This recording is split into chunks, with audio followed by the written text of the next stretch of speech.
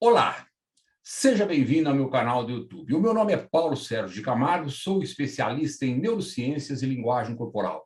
Hoje eu estou aqui para falar com a grafóloga e especialista em linguagem corporal, Marluce Longares. O nosso tema vai ser a escrita de Adélio Bispo, o homem que esfaqueou Jair Bolsonaro. Um tema extremamente delicado e crítico. Marluce.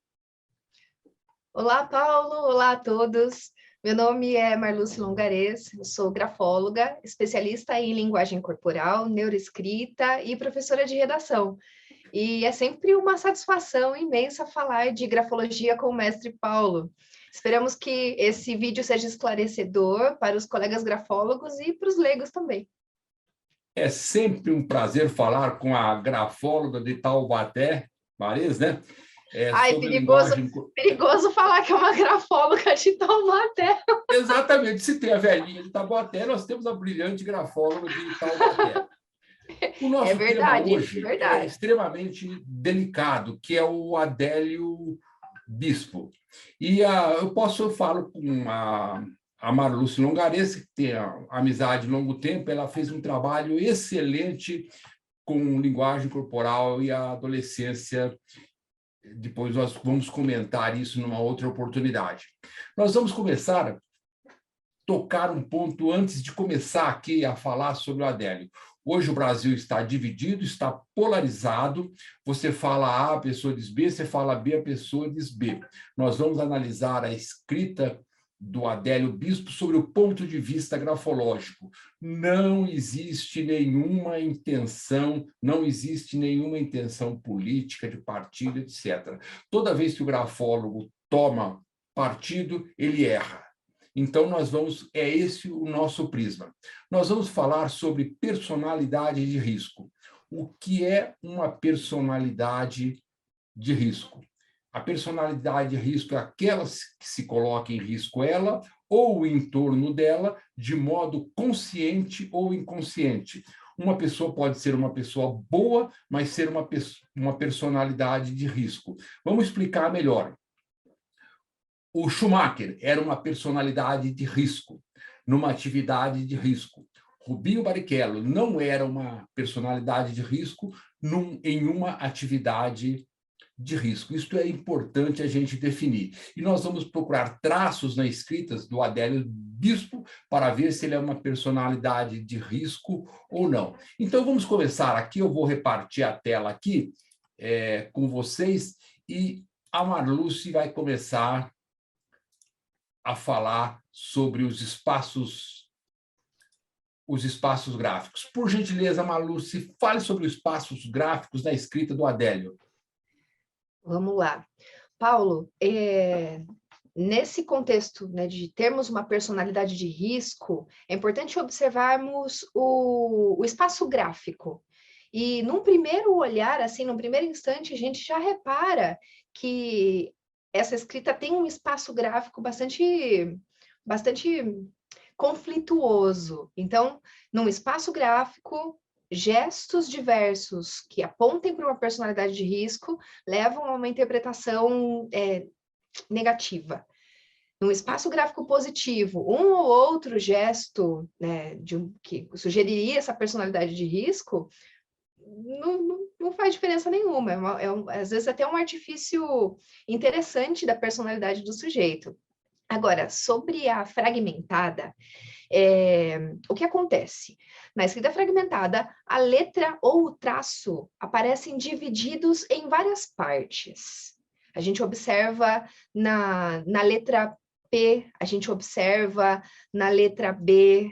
Ali embaixo, Paulo, no quilômetro, também existe essa fragmentação. Primeiro, a gente deve considerar o seguinte: se o papel é o mundo e a nossa escrita é a nossa forma de percorrer esse mundo, logo, numa escrita fragmentada, nós estamos falando de um sujeito que não flui bem no papel. Ele para o tempo todo. É diferente, claro, do corte do T, né, Paulo? Eu faço a haste, depois eu vou lá e corto o T. Eu necessariamente tiro a caneta. Eu não retiro a caneta para desenhar outros, né, outros pequenos gestinhos dentro de uma letra só. Então, nós temos como interpretação uma pessoa que tem uma reduzida habilidade moral, ou uma reduzida capacidade de discernimento, né?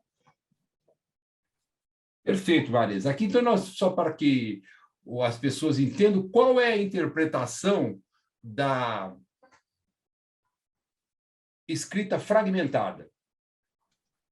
Esse sujeito tem uma delimitação bem ruim entre o que é consciente e o que é inconsciente, é uma incapacidade para realizar esses julgamentos com clareza, e aí aquela condição também da ausência da ordem, né? Angústia, ansiedade, emotividade, sofrimento. E sensibilidade patológica. Nós tocamos num ponto extremamente importante aqui da nossa análise, que eu quero situar para vocês. O grafólogo não faz diagnóstico. Eu repito, é um mantra que eu repito em todas as minhas aulas. O grafólogo não faz diagnóstico. Quem faz diagnóstico no Brasil é médico e psicólogo com habilidades para tal. É lei. Se você fizer um laudo, um diagnóstico como grafólogo, você não tem esse direito. Então, nós estamos estudando a letra para determinar se o Adélio é ou não uma personalidade a risco. Escrita fragmentada. Recordando, você separa na mesma letra 2, 3 ou 4 traços. Bem lembrado, né? Vamos falar agora sobre as ovais no sentido horário. Quando você escreve, você pode escrever no sentido horário ou no sentido anti-horário, contrário dos ponteiros do relógio. Maris, por favor.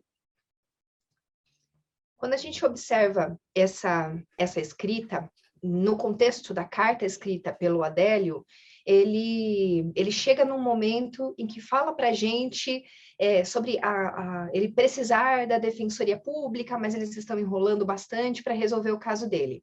E quando ele chega nas ovais, a gente repara que ele não vai no modo tradicional, né, da esquerda para a direita. Ele desce a escrita e deixa aquele espaço aberto. Então, o que nós temos nesse sentido horário da escrita é uma tentativa de camuflar. É como se fosse um outro caminho que o sujeito estivesse percorrendo naquele papel. Não é o caminho tradicional. Ele encontrou um atalho, o que aponta para uma personalidade mais dissimulada, insegura. Eu preciso me proteger de alguma forma, por alguma coisa que eu estou promovendo. Tem aquele detalhe também, né, Paulo, da palavra defensoria pública. Se a gente observar a grafologia emocional, ele não gostou muito da possibilidade de ter que ter suporte da defensoria pública. Ele gostaria dos advogados ali com ele, Isso. Né?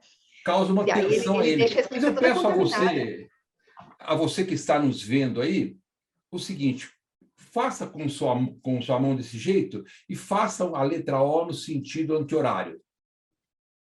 Faça a letra O no sentido anti-horário. Você vai ver que é o normal. Agora, tente fazer essa oval no sentido horário. Vocês vão ver que causa maior tensão nos músculos da mão e do antebraço. Observem aqui também, nesse segundo O do público, a variação de pressão que existe.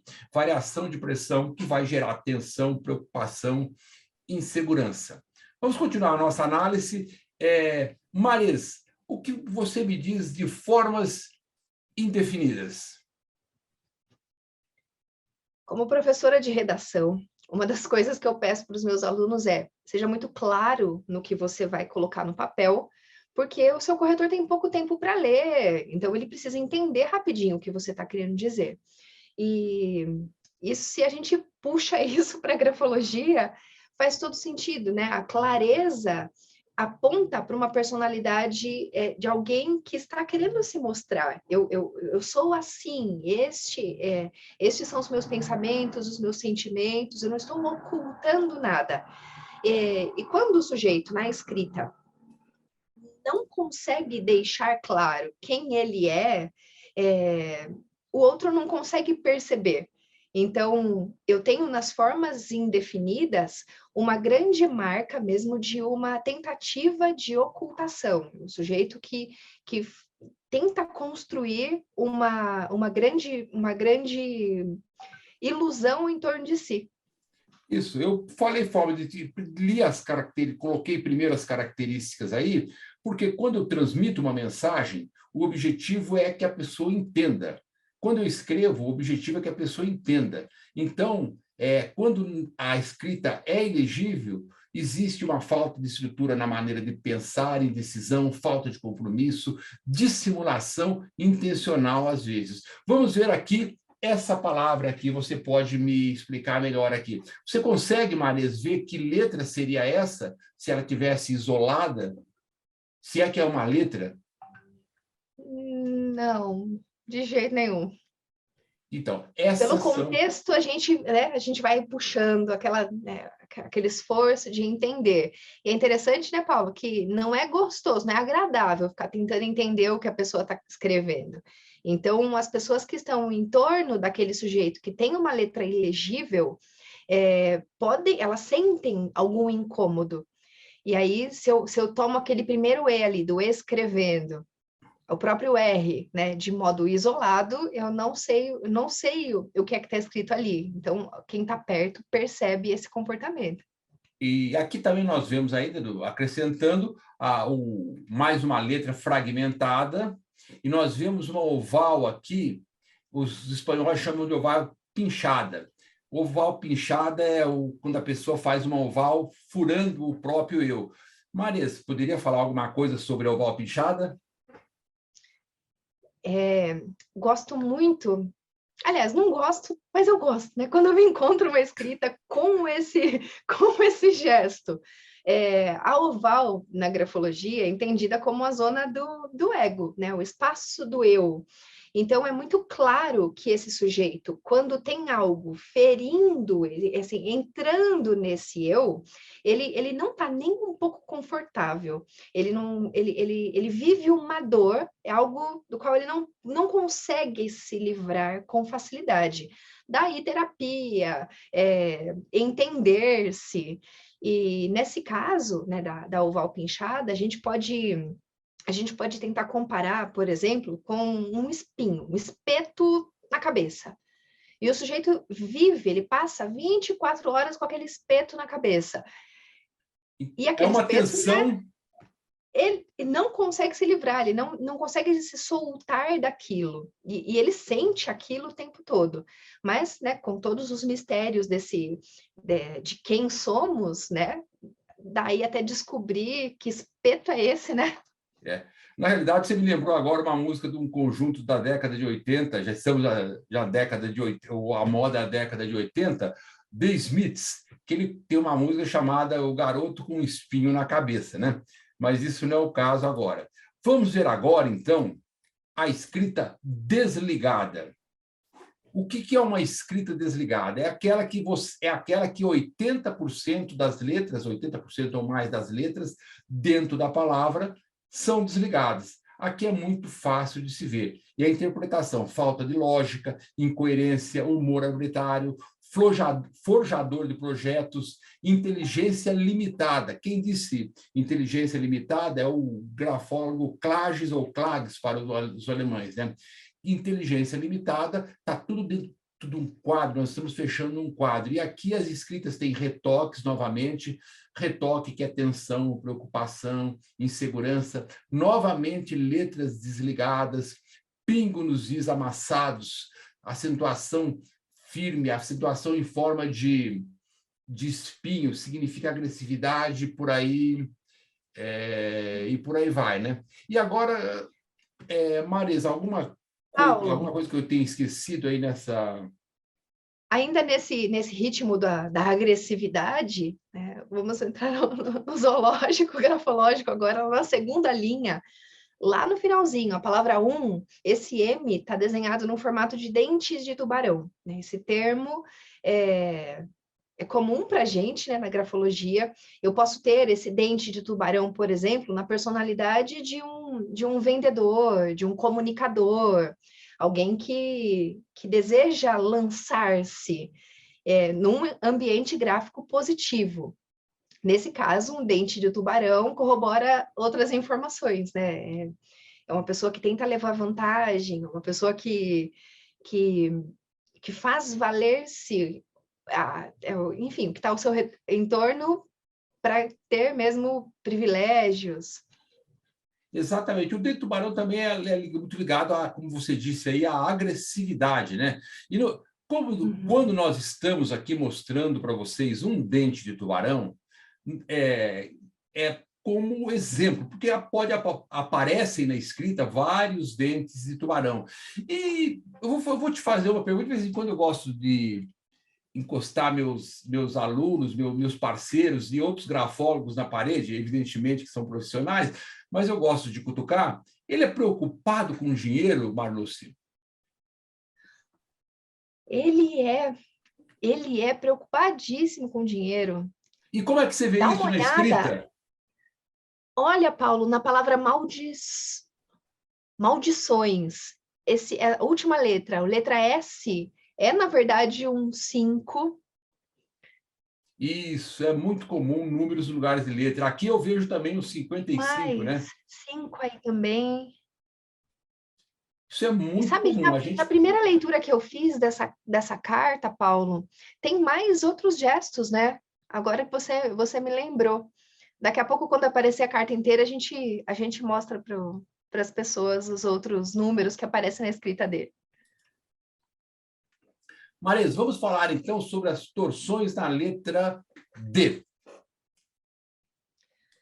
A letra D é uma letra muito bonita, grafologicamente. Nós temos a Grafologicamente oval, falando, né? nós temos a oval e uma haste. Essa oval representa o eu, né, o sujeito emocional e tudo mais. E a haste representa a forma como esse sujeito se posiciona socialmente. E aí, quando a oval é descolada da haste, ou existem torções diversas, várias contaminações na escrita, o eu e o social não estão batendo, né? Existem algumas dificuldades comportamentais que podem revelar uma tentativa, né, de uma construção de individualidade muito particular, né, como o Paulo apontou aí, como desafiadora, né? Existe uma distorção de valores, a moralidade, a ética, isso tudo começa a ficar muito confuso, porque não flui de modo tradicional, não flui de modo padrão, né? Além de todas as dores, né, que o sujeito vai sentir, né? E aí nós vemos falta de conformismo, individualidade desafiadora, distorções dos valores intelectuais, morais, etc. Dor, sofrimento físico e mental, voltando àquele espinho na cabeça, né? As torções na letra D, T e S, de maneira simultânea e com intensidade, revelam algum tipo de desequilíbrio psíquico do escritor. Relembrando sempre, e mais algumas vezes,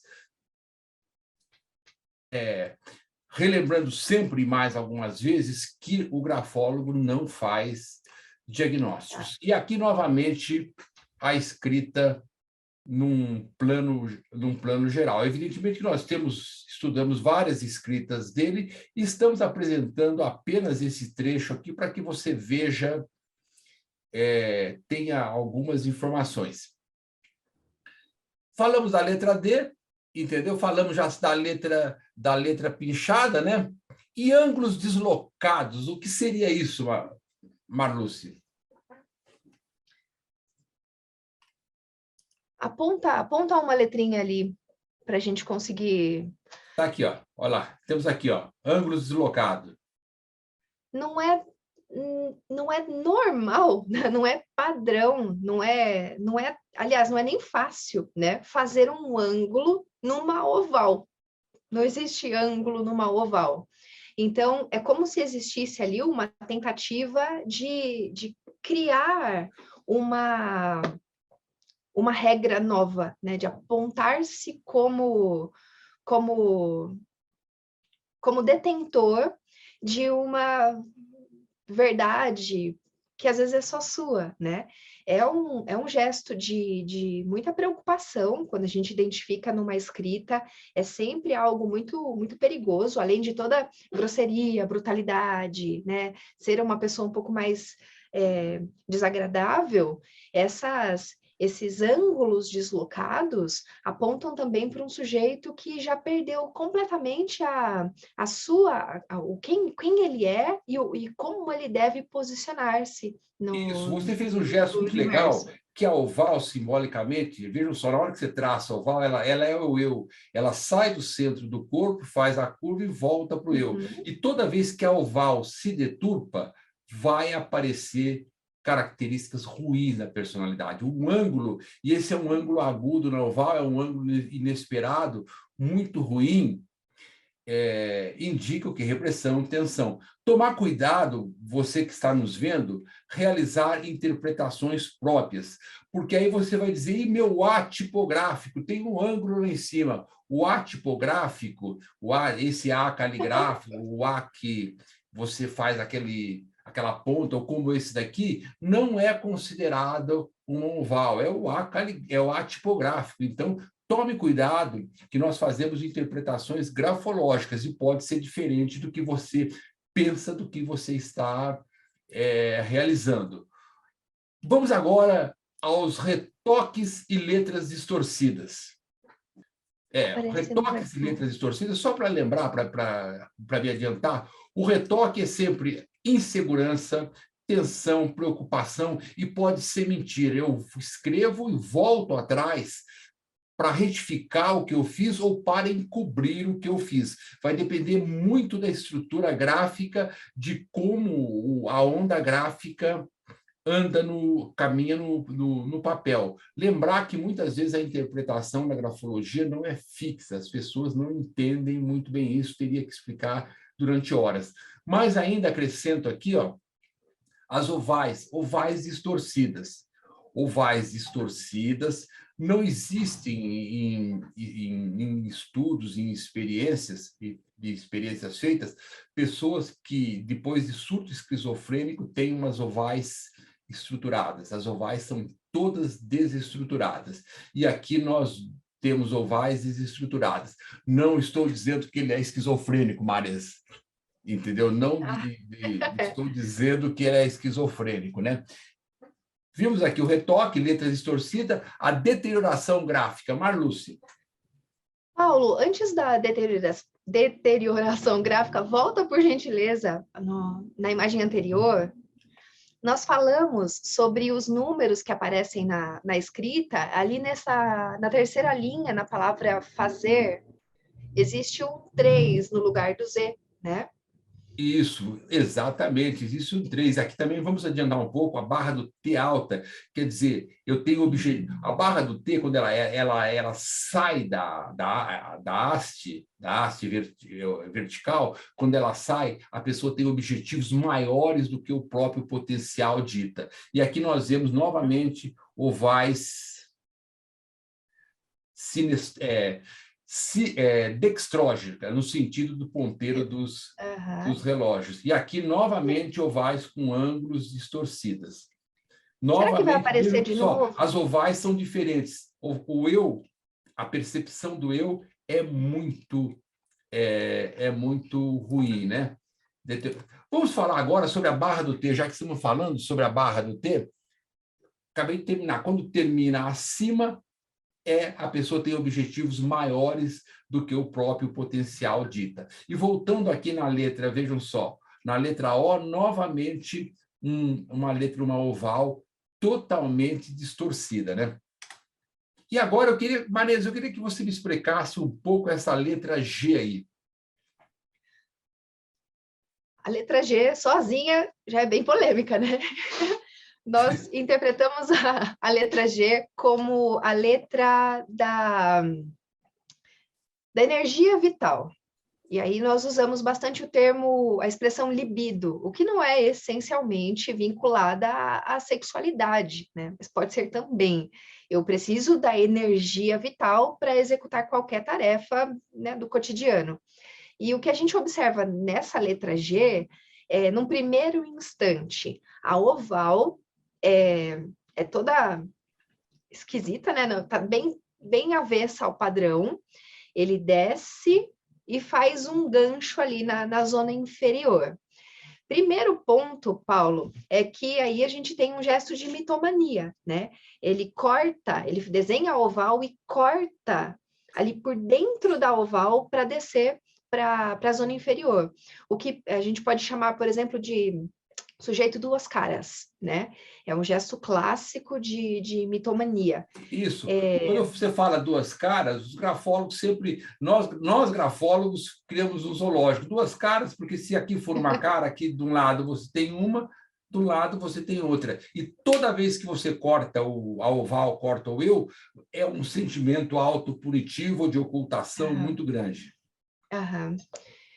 E esse gancho, né, grandão na zona inferior, é o que aponta mesmo para uma autopunição muito grande, Muito grande, é uma... exatamente. Quando você faz o G, você está aqui na parte da zona média e você desce em direção ao eu, ao ego. Toda vez que você tem, o G teria que descer, teoricamente, numa direção retilínea do eu. Vejam só que ele faz uma curva antes de chegar ao eu. Junto com a interpretação das ovais, a percepção de quem ele é muito errada mesmo. Parabéns por essa interpretação, Marisa. E agora, encerrando, vamos ver se você tem mais alguma consideração nessa escrita aí, Marluce. Se fosse uma redação escolar, nós teríamos uma série de problemas de organização, né? Então, para quem é leigo, observa, por exemplo, que ele não dá recuo para começar a escrever, ele não acrescenta pontuação adequada. Então, um leigo já observa que existe uma confusão nessa escrita. E aí, quando a gente vai partir para um olhar grafológico, são tantos detalhezinhos que moram nesse ambiente gráfico que a gente chega assim à conclusão de que é uma pessoa bastante atormentada, né? Sem levar em consideração nenhuma espécie de viés político partidário, não tem nada a ver uma coisa com a outra, né? Quando a gente faz uma análise grafológica, a gente está olhando para o sujeito e a gente constata, assim, que não existe clareza de raciocínio aqui. Voltando, então, uma escrita confusa, desordenada, com traços de risco extremamente consistente. Nós vimos aqueles traços de riscos extremamente consistentes. Os traços de risco aí são vários, letras deformadas, distorções, dente de tubarão. É uma escrita que existe claramente um distúrbio psicológico embutido nela. Nós não fazemos diagnósticos, mas se eu fosse observar, eu diria que ele é uma pessoa que tem doença, um problema mental muito grande.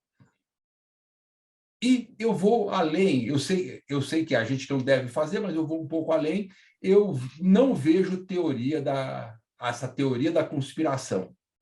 O pessoal vai chutar, vai brigar, não vejo teoria da conspiração. Eu vejo um sujeito doente que pode ser influenciado por terceiros, mas que participou de uma teoria da conspiração com outros, etc., ele não tem inteligência para tal. Ele, na verdade, é uma pessoa, um doente mental que deve ficar anos e anos aí encarcerado. Repetindo, não há nenhuma ideologia na nossa avaliação, não avaliamos ideologias, avaliamos esses traços aí de uma pessoa que concluiu doente mental. Eu agradeço mais uma vez a Marluce Longares por estar aqui comigo nesse bate-papo, nesse bate-papo extremamente agradável. Maria, suas últimas palavras antes de encerrarmos. Meu muito obrigado a você, um grande abraço. Você encerra hoje esta... Eu encerro. Ah, que honra. Paulo, foi muito legal, foi muito interessante. Esperamos que tenha sido construtivo. Se alguém tiver alguma dúvida, entre em contato conosco. Os nossos e-mails vão ficar aqui registradinhos. E é isso. Muito obrigada. Muito obrigada e até a próxima.